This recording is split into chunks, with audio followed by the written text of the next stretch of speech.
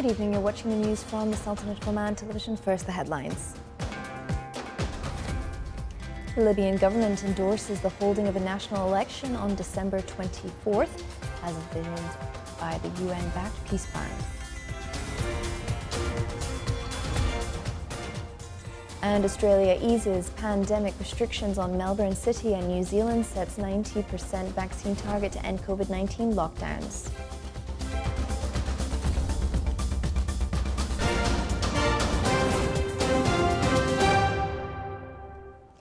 Those are the headlines, and now for the news in detail. Libya's Prime Minister and several foreign powers yesterday endorsed the holding of a national election on December 24th, as envisioned in a UN-backed peace plan aimed at resolving years of turmoil and division.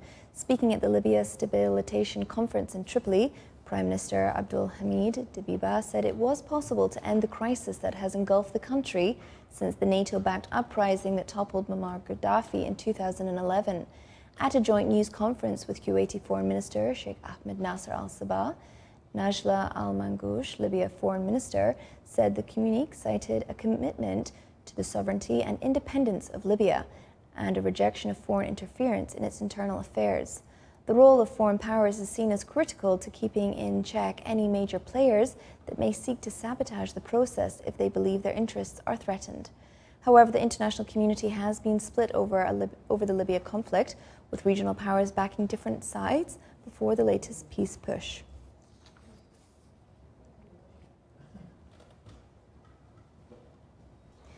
Melbourne residents flocked to the city's cafes, restaurants and hair salons in the early hours of today after the world's most locked-down city emerged from its most recent spat of restrictions designed to combat the spread of COVID-19.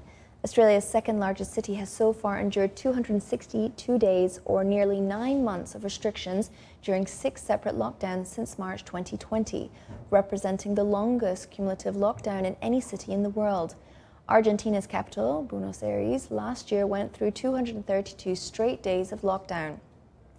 In Melbourne, people cheered and clapped from their balconies, while cars honked horns continuously at 11:59 p.m. yesterday, when the lockdown restrictions in place since early August ended.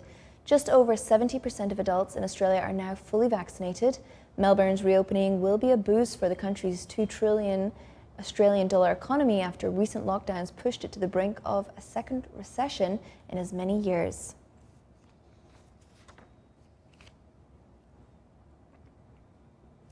Prime Minister Jacinda Ardern said today that New Zealand will end its strict coronavirus lockdown measures and restore more freedoms only when 90% of its eligible population is fully vaccinated.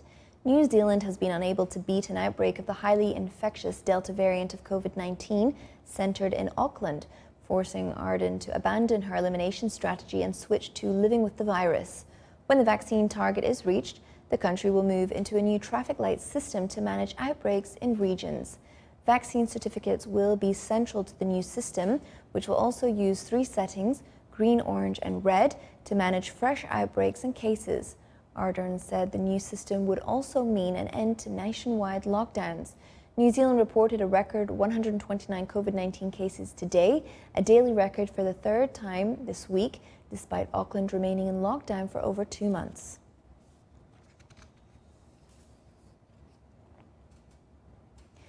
Beijing plans to test tens of thousands of people after 4 new COVID-19 cases were found in a suburban district today, as a new outbreak prompts school closure and flight cancellations across the country. China has maintained a staunch zero-COVID strategy with strict border closures, lengthy quarantines and targeted lockdowns. But the world's most populous nation is now scrambling to stamp out dozens of infections across several provinces. The latest flare-up has prompted the grounding of hundreds of flights, the closure of scenic areas and schools, and a flurry of stay-home orders in affected housing compounds. The outbreak was traced to an elderly couple who were in a group of domestic tourists who flew from Shanghai to Xi'an, Gansu province, and to Inner Mongolia. China lodged 28 new locally transmitted COVID-19 cases yesterday, 15 more than the previous day.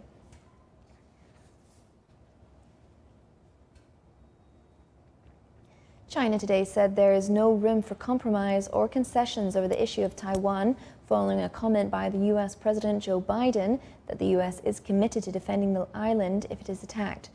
Foreign Minister spokesman Wang Wenbin reasserted China's long-standing claim that the island is its territory at a daily briefing after Biden made his comment a day before at a forum hosted by China CNN.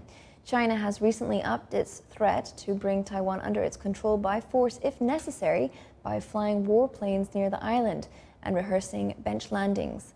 A spokesman for independence-minded President Tsai Ing-wen said the U.S. has shown its support for Taiwan through concrete actions, and the island's 23 million citizens would not surrender to pressure or act rashly. China and Taiwan split during a civil war in 1949. The U.S. cut formal diplomatic relations in 1979 in order to recognize Beijing.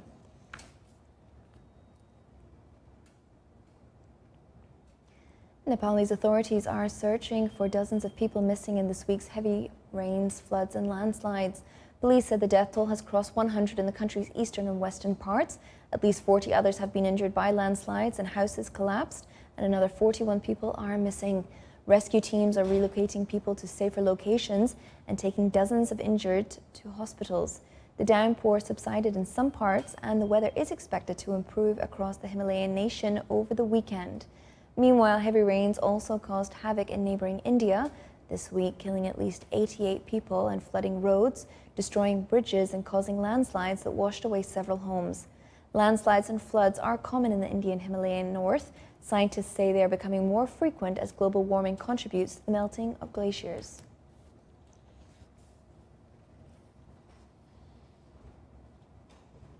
Molten lava streamed downhill today as a volcano continued to erupt on the Spanish island of La Palma, shooting spray of lava and smoke into the air.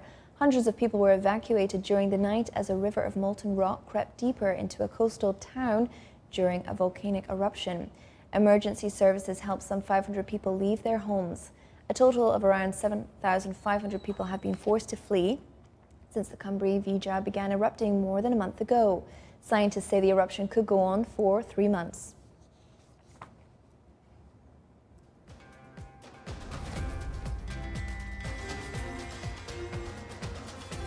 Still to come in our news bulletin. The central market in the governorate of Bahrain is considered a touristic and shopping destination with a number of available local products.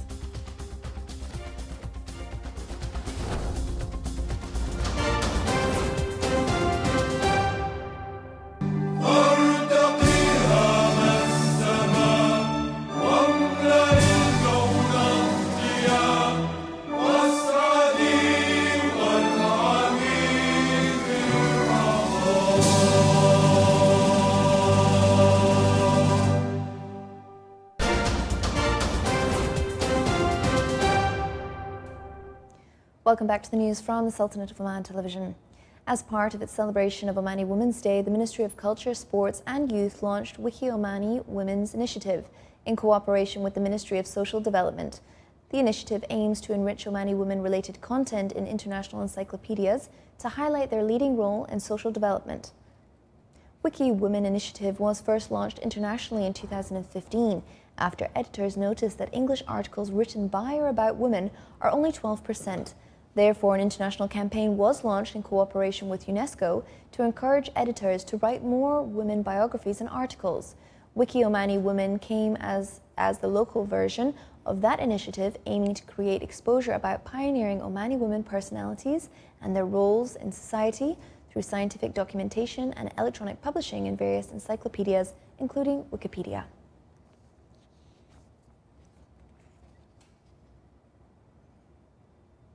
At the heart of Bahraini Central Market, Omani elderly women have been engaged in the business of trading of locally made products for the past 30 years. The products traded in the market ranges from handicraft items like mops and fragrances, frankincense burners, to home-prepared products like henna and other types of herbs. As the COVID restrictions on the markets are weaning off due to the decrease in the number of infections in the country, citizens and tourists have returned to buy from the traditional market, where elderly women are proudly engaged not only in their trades, but also in the mission of passing this tradition and handicrafts to the generations to come.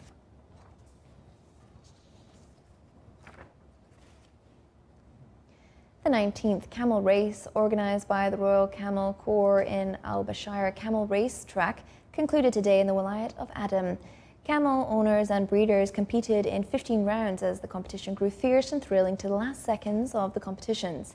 Competitions were divided into different categories depending on the age of the racing camels.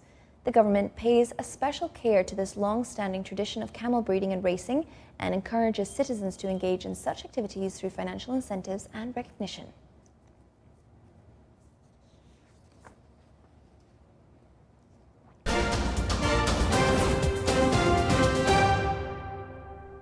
The Saudi Arabia's pavilion at the Expo 2020 Dubai is enlightening the visitors with features of the country's economic blueprint, the Saudi Vision 2030.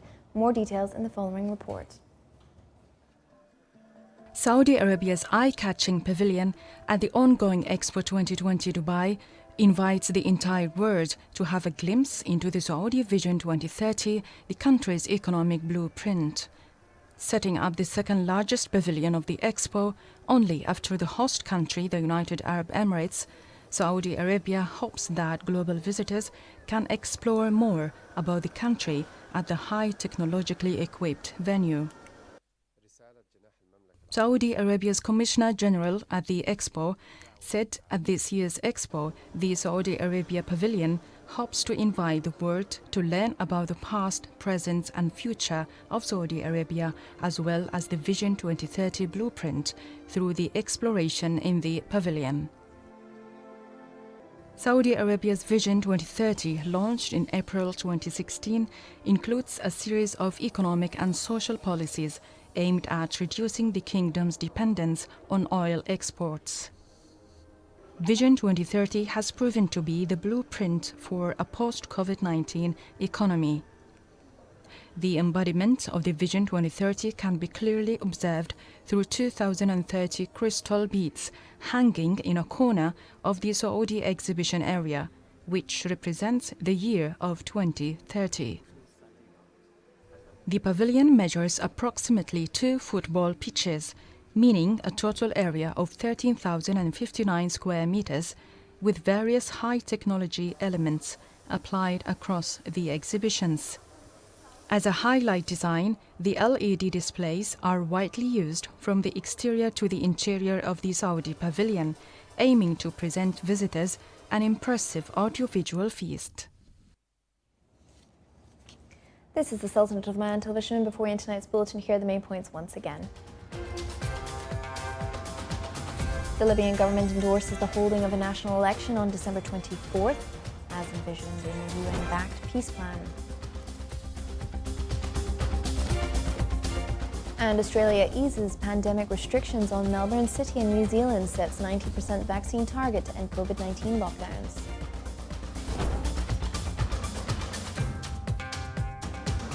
With that, we come to the end of tonight's news bulletin. From all of us here at the newsroom and the studio, it's good night and stay safe.